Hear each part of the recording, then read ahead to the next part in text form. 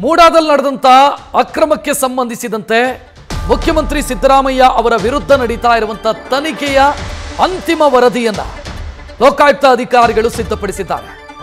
Lokayukta IGP Subrahmanyeshwara ರಾವ್ಗೆ ವರದಿ ಸಲ್ಲಿಕೆಯಾಗಿದೆ.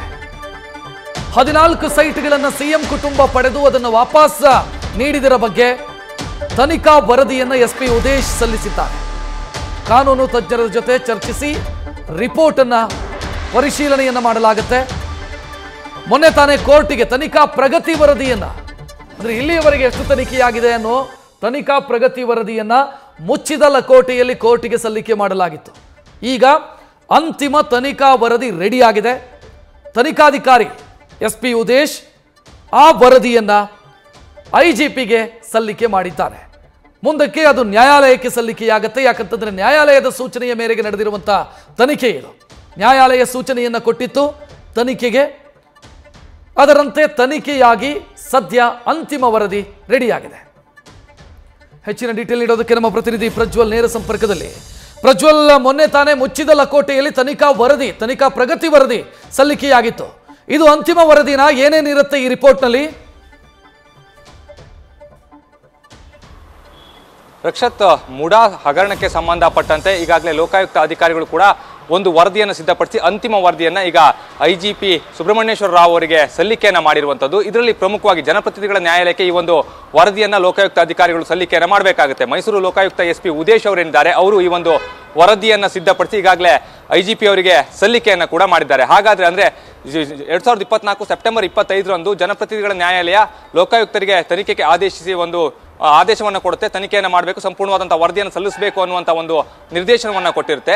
December 25ರ ಒಳಗಾಗಿ ನೀವು ಅಂತಿಮ ವರದಿಯನ್ನು ಸಲ್ಲಿಸಬೇಕು ಅಂತ ಹೇಳಿ ಆದೇಶವನ್ನು ಕೊಟ್ಟಿರುತ್ತೆ. ಆದರೆ ಅದರ ಮಧ್ಯದಲ್ಲಿ ಸ್ನೇಹಮಯಿ ಕೃಷ್ಣ ಅವರು ಸಿಬಿಐ ತನಿಖೆಗಾಗಿ ಹೈಕೋರ್ಟ್ಗೆ ಅರ್ಜಿಯನ್ನು ಹಾಕೊಂಡಿರ್ತಾರೆ. ಈ ಸಂದರ್ಭದಲ್ಲಿ ಹೈಕೋರ್ಟ್ ಆ ಒಂದು ತನಿಖಾ ವರದಿಗೆ ಸ್ವಲ್ಪ ತಾತ್ಕಾಲಿಕ ತಡೆಯನ್ನು ಕೂಡ ನೀಡಿರುತ್ತೆ. ಅಂದ್ರೆ ಈ ಒಂದು ಅರ್ಜಿ ವಿಚಾರಣೆ ಆಗುವವರೆಗೂ ಕೂಡ ತನಿಖಾ ವರದಿಯನ್ನು ಸಲ್ಲಿಸದಂತೆ ತಾತ್ಕಾಲಿಕ ತಡೆಯನ್ನು ನೀಡಿರುತ್ತೆ. ಆ ನಿಟ್ಟಿನಲ್ಲಿ ಲೋಕಾಯುಕ್ತ ಅಧಿಕಾರಿಗಳು ಕೂಡ ಯಾವುದೇ ತನಿಖಾ ವರದಿಯನ್ನ ಸಲ್ಲಿಸಿರೋದಿಲ್ಲ. ಅದು ಮೊನ್ನೆ ಆ ಒಂದು ಸಿಬಿಐ ತನಿಖೆಗೆ ಸಲ್ಲಿಸಿದ್ದಂತ ಒಂದು ಅರ್ಜಿ ಏನಿತ್ತು ಅದು ಕೂಡ ಹೈಕೋರ್ಟ್ ವಜಾ ಮಾಡಿದೆ. ಆ ಒಂದು ನಿಟ್ಟಿನಲ್ಲಿ ಈಗ ಈ ಒಂದು ಅಂತಿಮ ತನಿಖಾ ವರದಿಯನ್ನ ಲೋಕಾಯುಕ್ತ ಅಧಿಕಾರಿಗಳು ಸಲ್ಲಿಸಿರುವಂಥದ್ದು ಅದು ಇನ್ನು ಕೋರ್ಟ್ಗೆ ಸಲ್ಲಿಕೆಯಾಗಿಲ್ಲ. ಮೊದಲಿಗೆ ಐಜಿಪಿ ಅವರಿಗೆ ಸಲ್ಲಿಕೆಯಾಗಿದೆ. ಅವರು ಅದನ್ನ ಕೂಲಂಕುಷವಾಗಿ ಪರಿಶೀಲನೆಯನ್ನ ಮಾಡ್ತಾ ಹೋಗ್ತಾರೆ. ಅದರಲ್ಲಿ ಯಾವ್ದಾದ್ರು ಲೋಪದೋಷಗಳಿದೆಯಾ ಅನ್ನೋದನ್ನ ಕೂಡ ಸರಿಪಡಿಸ್ತಾರೆ. ಅದೇ ರೀತಿಯಲ್ಲಿ ಅನಂತರಲ್ಲಿ ಕಾನೂನು ತಜ್ಞರ ಸಲಹೆಯನ್ನ ಕೂಡ ಪಡೆದುಕೊಳ್ತಾರೆ. ಅಂದ್ರೆ ವರದಿಯಲ್ಲಿ ಏನಾದರೂ ಸಮಸ್ಯೆ ಇದೆ ಅದು ಸ್ಕ್ರೂಟಿನಿ ಆಗಬೇಕಾಗುತ್ತೆ. ಸ್ಕ್ರೂಟಿನಿ ಆದ ನಂತರದಲ್ಲಿ ಕೋರ್ಟ್ಗೆ ಈ ಒಂದು ವರದಿ ಏನಿದೆ ಇದು ಸಲ್ಲಿಕೆಯಾಗುತ್ತೆ. ಇಲ್ಲಿ ಮೈಸೂರು ಲೋಕಾಯುಕ್ತ ಅಧಿಕಾರಿಗಳಿದ್ದಾರೆ, ಅವರು ಸಂಪೂರ್ಣವಾದಂತಹ ಒಂದು ತನಿಖೆಯನ್ನ ಮಾಡಿದ್ರು. ಅಂದ್ರೆ ಮುಡಾದಲ್ಲಿ 14 ಸೈಟ್ ವಿಚಾರಕ್ಕೆ ಸಂಬಂಧಪಟ್ಟಂತೆ ಮೂಲ ಮಾಲೀಕ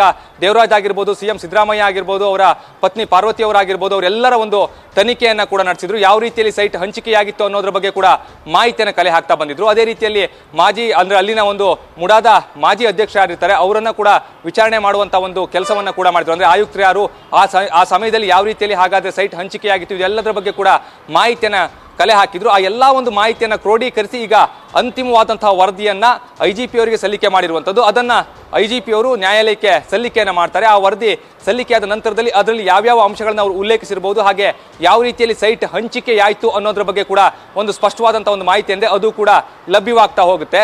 ಸಿಎಂ ಸಿದ್ದರಾಮಯ್ಯನವರಿಗೆ ಈ ಒಂದು ವರದಿ ಏನಿದೆ ಇದು ಸಂಕಷ್ಟವನ್ನು ತಂದೊಡ್ಡುತ್ತಾ ಅನ್ನುವಂತ ಒಂದು ಪ್ರಶ್ನೆ ಕೂಡ ಇಲ್ಲಿ ಉದ್ಭವ ಆಗ್ತಾ ಇರುವಂತದ್ದು. ಕಾರಣ ಏನು ಅಂತ ಹೇಳಿದ್ರೆ, ಅಲ್ಲಿ ಏನಾದರೂ ಅಕ್ರಮ ಆಗಿದೆ ಅಥವಾ ಸಿಎಂ ಸಿದ್ದರಾಮಯ್ಯ ಅಥವಾ ಅವರ ಪತ್ನಿಯವರಿಗೆ ಇದು ಅಕ್ರಮವಾಗಿ ಹಂಚಿಕೆಯಾಗಿದ್ದು ಅನ್ನುವಂಥ ಅಂಶವನ್ನೇನಾದರೂ ಉಲ್ಲೇಖವನ್ನ ಮಾಡಿದ್ರೆ ಖಂಡಿತವಾಗಿಯೂ ಕೂಡ ಸಂಕಷ್ಟ ಅನ್ನುವಂಥದ್ದು ಎದುರಾಗುತ್ತೆ. ಸದ್ಯ ಆ ಒಂದು ವರದಿಯಲ್ಲಿ ಏನಿದೆ ಅನ್ನುವಂಥದ್ದು ಇನ್ನೂ ಕೂಡ ಸ್ಪಷ್ಟವಾಗಿ ಗೊತ್ತಾಗಿಲ್ಲ. ಆ ವರದಿಯಲ್ಲಿ ಯಾವ್ಯಾವ ವಿಚಾರಗಳನ್ನ ಉಲ್ಲೇಖಿಸಿದ್ದಾರೆ ಅನ್ನೋದ್ರ ಆಧಾರದ ಮೇಲೆ ಮುಂದಿನ ಒಂದಿಷ್ಟು ಅಂಶಗಳು ಬೆಳಕಿಗೆ ಬರಬೇಕಾಗಿರುವಂತದ್ದು. ರಕ್ಷತ್, ಪ್ರಜ್ವಲ್, ಈಗ ಇಲ್ಲಿ ವಿಪಕ್ಷಗಳಿಗೆ ಮತ್ತು ದೂರುದಾರರಿಗೆ ಇದ್ದಂತ ಆಕ್ಷೇಪವೇ ಅದು.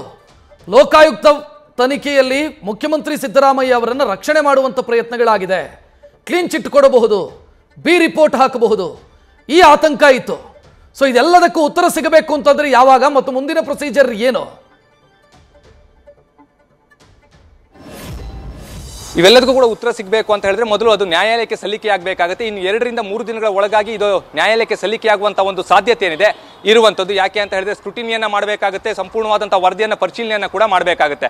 ಅಂದ್ರೆ ನೀವು ಹೇಳಿದಂತೆ ವಿಪಕ್ಷಗಳಾಗಿರ್ಬೋದು ಅಥವಾ ದೂರುದಾರರಾಗಿರ್ಬೋದು, ಇವರಿಬ್ರು ಕೂಡ ಒಂದೇ ವಿಚಾರವನ್ನು ಹೇಳ್ತಾ ಬರ್ತಾ ಇದ್ರು. ಯಾಕೆಂದ್ರೆ ಲೋಕಾಯುಕ್ತ ತನಿಖೆಯ ಬಗ್ಗೆ ನಮಗೆ ನಂಬಿಕೆ ಇಲ್ಲ ಅನ್ನುವಂತ ಒಂದು ವಿಚಾರ, ಅದೇ ರೀತಿಯಲ್ಲಿ ಕ್ಲೀನ್ ಚೀಟ್ ಕೊಡಬಹುದು ಅನ್ನುವಂತ ಒಂದು ವಿಚಾರದ ಬಗ್ಗೆಯೂ ಕೂಡ ಅವರು ಯಾವಾಗಲೂ ಪ್ರಸ್ತಾಪವನ್ನ ಮಾಡ್ಕೊಂಡು ಬರ್ತಾನೆ ಇದ್ರು. ಆದ್ರೆ ಈ ಒಂದು ತನಿಖಾ ವರದಿಯಲ್ಲಿ ಏನಿದೆ ಅನ್ನುವಂಥದ್ದು ಗೊತ್ತಾಗಬೇಕು ಅಂತ ಹೇಳಿದ್ರೆ ಅದು ಕೋರ್ಟ್ಗೆ ಸಲ್ಲಿಕೆಯಾದ ಆದ ನಂತರದಲ್ಲಿಯೇ ಸ್ಪಷ್ಟವಾಗಿ ಗೊತ್ತಾಗ್ಲಿಕ್ಕಿರುವಂಥದ್ದು ಯಾವ ರೀತಿಯಲ್ಲಿ ಹಾಗಾದ್ರೆ ಆ ಒಂದು ಸೈಟ್ನ ಹಂಚಿಕೆಯಾಗಿದೆ, ಆ ಒಂದು ಹಂಚಿಕೆಯ ಸಂದರ್ಭದಲ್ಲಿ ಯಾವ ರೀತಿಯ ನಿಯಮಗಳನ್ನ ಇವರು ಪಾಲಿಸಿದ್ದಾರೆ ಅನ್ನೋದು ಕೂಡ ಅಲ್ಲಿ ಸ್ಪಷ್ಟವಾಗಿ ಉಲ್ಲೇಖವನ್ನ ಮಾಡ್ತಾ ಹೋಗ್ತಾರೆ. ಯಾಕೆಂದ್ರೆ ವರದಿಯನ್ನು ಸಲ್ಲಿಸಬೇಕು ಅನ್ನುವಂಥ ಸಂದರ್ಭದಲ್ಲಿ ಅವೆಲ್ಲವನ್ನ ಕೂಡ ಉಲ್ಲೇಖಿಸಬೇಕಾಗುತ್ತೆ. ಯಾವುದಾದ್ರೂ ಒಂದು ಅಂಶಗಳು ಸರಿಯಾದ ರೀತಿಯಲ್ಲಿ ಪಾಲಿಸಿಲ್ಲ ಅಂದ್ರೂ ಕೂಡ ಅದನ್ನು ಕೂಡ ಅಲ್ಲಿ ಉಲ್ಲೇಖವನ್ನ ಮಾಡಬೇಕಾಗುತ್ತೆ. ಸದ್ಯ ಯಾವ ರೀತಿಯಲ್ಲಿ ವರದಿಯನ್ನು ಅವರು ಸಿದ್ಧಪಡಿಸಿದ್ದಾರೆ ಅನ್ನುವಂಥದ್ದೇ ಅದು ಇನ್ನು ನಿಗೂಢವಾಗಿದೆ ಅಂತಾನೆ ಹೇಳ್ಬೋದು. ಯಾಕೆ ಅಂತ ಹೇಳಿದ್ರೆ ಅದ್ರ ಬಗ್ಗೆ ಯಾವುದೇ ಒಂದು ಮಾಹಿತಿಯನ್ನು ಕೂಡ ಬಿಟ್ಟು ಕೊಡ್ತಾ ಇಲ್ಲ. ಕೋರ್ಟ್ಗೆ ಸಲ್ಲಿಕೆಯಾದ ಅಂದ್ರೆ ಮುಚ್ಚಿದ ಕೋಟೆಯಲ್ಲಿ ಕೋರ್ಟ್ಗೆ ಈಗಾಗಲೇ ತನಿಖಾ ಪ್ರಗತಿ ವರದಿಯನ್ನು ಸಲ್ಲಿಕೆಯನ್ನು ಮಾಡಿದ್ದಾರೆ. ಅದೇ ರೀತಿಯಲ್ಲಿ ಈ ಒಂದು ವರದಿಯನ್ನು ಕೂಡ ಸಲ್ಲಿಕೆ ಮಾಡ್ಲಿಕ್ಕೆ ಇರುವಂತದ್ದು. ಆ ಒಂದು ವರದಿಯಲ್ಲಿ ಯಾವ ಯಾವ ಅಂಶಗಳು ಉಲ್ಲೇಖವಾಗಿದೆ ಅನ್ನೋದ್ರ ಆಧಾರದ ಮೇಲೆಯೇ ವಿಪಕ್ಷಗಳ ಆರೋಪ ಆಗಿರ್ಬೋದು ಅಥವಾ ದೂರುದಾರರ ಒಂದು ಆರೋಪ ಏನಿರುತ್ತೆ ಅವೆಲ್ಲರಿಗೂ ಕೂಡ ಉತ್ತರ ಸಿಗಬಹುದು ಅಂತ ಅನ್ಸುತ್ತೆ. ಅಲ್ಲಿ ಸಲ್ಲಿಕೆಯಾದ ಬಳಿಕದಲ್ಲಿ ಯಾವ ಅಂಶಗಳನ್ನ ಅವರು ಉಲ್ಲೇಖ ಮಾಡ್ತಾ ಹೋಗಿದ್ದಾರೆ, ಯಾವ ರೀತಿಯಲ್ಲಿ ಸೈಟ್ ಹಂಚಿಕೆಯಾಗಿದೆ ಅನ್ನೋದ್ರ ಬಗ್ಗೆ ಒಂದು ಸ್ಪಷ್ಟವಾದಂತಹ ಒಂದು ಮಾಹಿತಿ ಅಂದ್ರೆ ಅದು ಲಭ್ಯವಾಗುತ್ತೆ. ರಕ್ಷತ್, ಥ್ಯಾಂಕ್ ಯು ಪ್ರಜ್ವಲ್ ಮಾಹಿತಿಗೆ. ನ್ಯೂಸ್ ಫಸ್ಟ್ ನಿರ್ಭೀತಿಯಿಂದ ನಿಮ್ಮ ಪರವಾಗಿ.